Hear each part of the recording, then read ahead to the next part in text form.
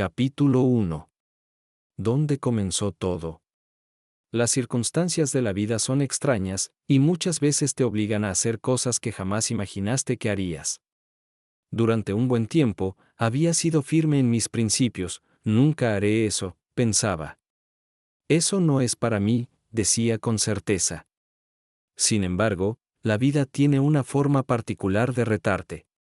A veces te lleva por caminos que no habías planeado, te enfrenta a situaciones que nunca imaginaste y, antes de darte cuenta, estás haciendo cosas que nunca pensaste que harías. Mi abuela solía decir que la mejor palabra es la que no se dice. Y, en mi caso, eso fue lo que aprendí. A veces, las palabras no sirven de nada cuando la realidad te supera. Así como a mí, a muchos hombres y mujeres les llega un momento en que tienen que hacer lo que sea necesario para salir adelante, aun si no están preparados para ello. Mi historia comienza a mediados de 2007, cuando me encontré sin trabajo. No tenía ingresos, y lo peor de todo, no tenía ni un centavo en el bolsillo. La angustia se apoderó de mí, y lo peor era que en casa ya no me soportaban. Me sentía una carga para mi familia, que no entendían cómo podía estar tanto tiempo sin encontrar una oportunidad laboral. En mi mente, la frase, si no trabajas, no vales nada, resonaba constantemente. Sabía que debía hacer algo, pero no había ninguna oferta de empleo a la vista. Había entregado más de 200 currículums, llorado más de lo que me gustaría admitir, pero el trabajo no llegaba. La desesperación era mi única compañera constante. Este proceso ayudó en gran medida a formar mi carácter y a ser la persona que soy ahora. Si hay algo que caracteriza a la gente de este bello país, es que te enseñan que, si no tienes un trabajo fijo, no vales nada. Si ya cumpliste 18 años, debes buscar trabajo, no seas huevón. Pero si tienes un trabajo, aunque ganes una miseria y trabajes 14, 15 o incluso 16 horas, eres un ejemplo para seguir, cosa de lo más pendejo. Otros ejemplos son los que trabajan de cajeros en bancos, no todos, pero sí la gran mayoría, actúan como si fueran los dueños del dinero que ahí se deposita. Algunos se muestran superiores a los que solicitamos sus servicios. En ese entonces, con el ánimo por los suelos, me encontraba buscando respuestas. Un día decidí ir a la cancha de fútbol para despejarme un poco y pensar qué hacer. Necesitaba una idea, algo que me sacara de este agujero. Ahí, solo en las gradas, me senté con mi vieja agenda en mano. Siempre llevaba esa agenda, con la intención de apuntar cualquier idea que pudiera ayudarme a salir adelante. Aunque lo veía como algo más simbólico que útil, me ayudaba a sentir que tenía el control sobre mi vida, aunque no lo tuviera. Fue en ese lugar cuando me encontré con Juan José López, conocido por todos como el Conejo, aunque también tenía otros apodos, como Máximo, Capitán Talegas, Alberto Masferrer, Rabbit. En fin, un hombre con más alias que un espía internacional. Conejo y yo habíamos trabajado juntos antes, en un puesto de vigilancia en el sector de Altavista, en San Bartolo. Fue una experiencia peculiar, porque jamás imaginé que me vería trabajando como vigilante. Aquella vez no solo compartimos trabajo, sino también buenos momentos de risas. Lo que más me gustaba del Conejo era su honestidad y su disposición para ayudar. Siempre me enseñaba algo nuevo y, lo mejor de todo, lo hacía sin egoísmo. Vivía cerca, en el pasaje del Peluca, un amigo de la infancia, y por esa razón, era frecuente verlo.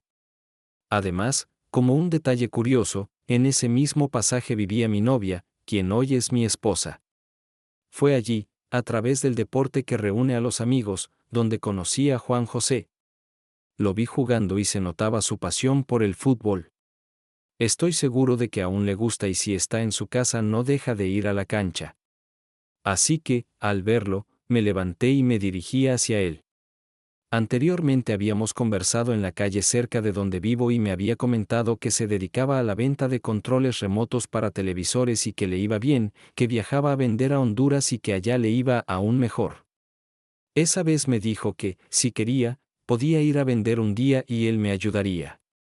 En ese momento no necesitaba trabajar o más bien dicho me negaba a la sola idea de andar de vendedor ambulante, pero ahora era urgente y me armé de valor. como dicen, la desesperación es la madre de todas las ideas, así que luego de saludarlo le dije: mira, quiero probar vendiendo controles porque no tengo dinero, necesito trabajar. ¿Todavía se puede? Sí, hombre, cáete mañana a la casa a las 6:30 y trae una mochila para llevar la merca. El término, merca, era su manera de llamar a los controles y focos que vendía en ese entonces. Esa misma noche, miles de pensamientos cruzaron por mi mente. Empecé a dudar de mi decisión de vender de manera ambulante, me preguntaba si vendería o no, o si acaso sería víctima de la delincuencia que estaba a flor de piel en esa época, y en medio de ese torrente de ideas, me quedé dormido. Al día siguiente me levanté temprano, a las 6 a.m., con la convicción de que todo iba a salir bien. Primero busqué una mochila y resulta que tenía una que parecía de quinceañera, de color azul, de una tela sumamente delgada que al final se la regalé a un amigo, el electricista. No era nada práctica, pero al menos servía para llevar lo que necesitaba en ese momento. Era una mochila que compré con ingresos de mi último trabajo. Ese día, mi mamá curiosamente se había levantado temprano y me preparó un almuerzo. Era curioso, porque a menudo mi madre solía dudar de mis decisiones, y seguramente pensaba que solo iba a perder el tiempo con mis amigos. A lo mejor pensaba que no estaba hablando en serio, pero esa mañana la situación era diferente. Sabía que debía hacer algo. La vida no podía seguir esperando. Salí de mi casa dudando si estaba haciendo lo correcto, me dirigí a la casa de Juan José, aproximadamente a unos 10 minutos de mi casa. No está tan lejos, la verdad. Mi sorpresa fue que lo llegué a despertar. Vi todo cerrado y toqué la puerta y no me contestaron. Pasado un rato escuché: ya va. Me quedé pensando: ¿será que ya se fue? ¿Y qué creen? Estaba todavía en su cama. Yo lo había ido a despertar y me dice desde su cuarto: tranquilo, ya nos vamos. Ni modo, me tocó esperar a que primero se levantara y después se bañara, que, por cierto, se tardó y pienso que aún se tarda una eternidad para salir de su casa. A sus cualidades se sumaba la de que le costaba levantarse temprano. La ventaja de esperar ese día fue que tenía sistema de cable en su casa y no pagaba por el servicio, sino que había colocado una aguja en la terminal del cable de un vecino y la guía era un finísimo alambre de cobre que conectaba a su TV. Sorprendente, ¿no? El ingenio de los salvadoreños es asombroso. Luego, su pareja, como le decimos en este país a la compañera de vida, mientras alistaba a los hijos, simultáneamente nos preparaba el desayuno.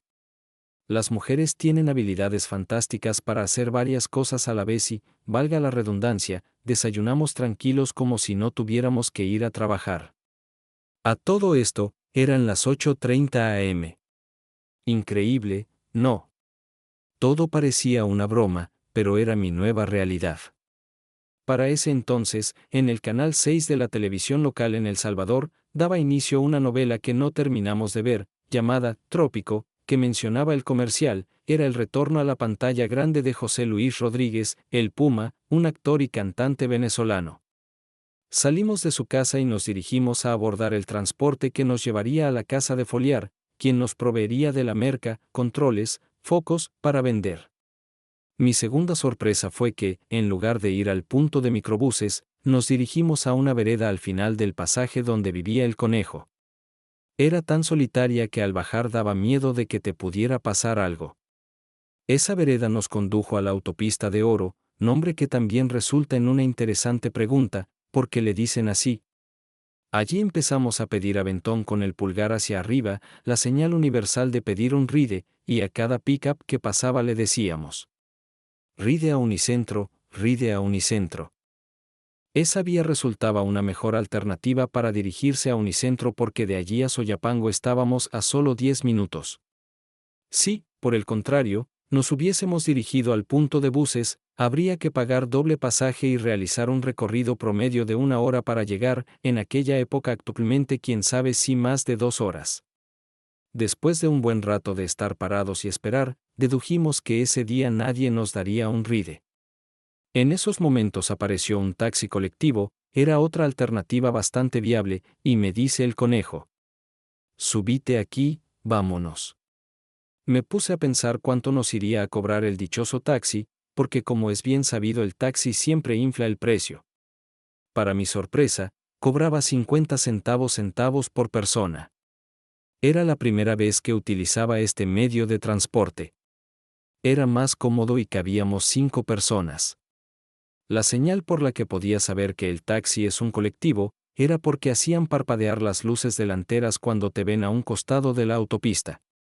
Allí, si te vas a subir, solo sacas la mano en señal de que lo vas a abordar. Actualmente es poco común ver ese tipo de transporte porque ya asignaron una ruta de microbuses en ese recorrido, la cual es la 140 que viene desde San Martín y actualmente está llegando un poco más adelante de Apopa, digamos que casi que llega al Redondel Constitución. Finalmente, a las 9 a.m., después del corto trayecto, llegamos a Unicentro, o más bien dicho casi a Unicentro. La parada donde nos bajamos le llamábamos rótulo blanco, debido a que allí había un rótulo blanco que no recuerdo qué decía, seguramente algo referido a la autopista. Nos bajamos para posteriormente cruzamos la calle para incorporarnos a un pasaje que nos condujo directamente al parqueo de los Conacastes.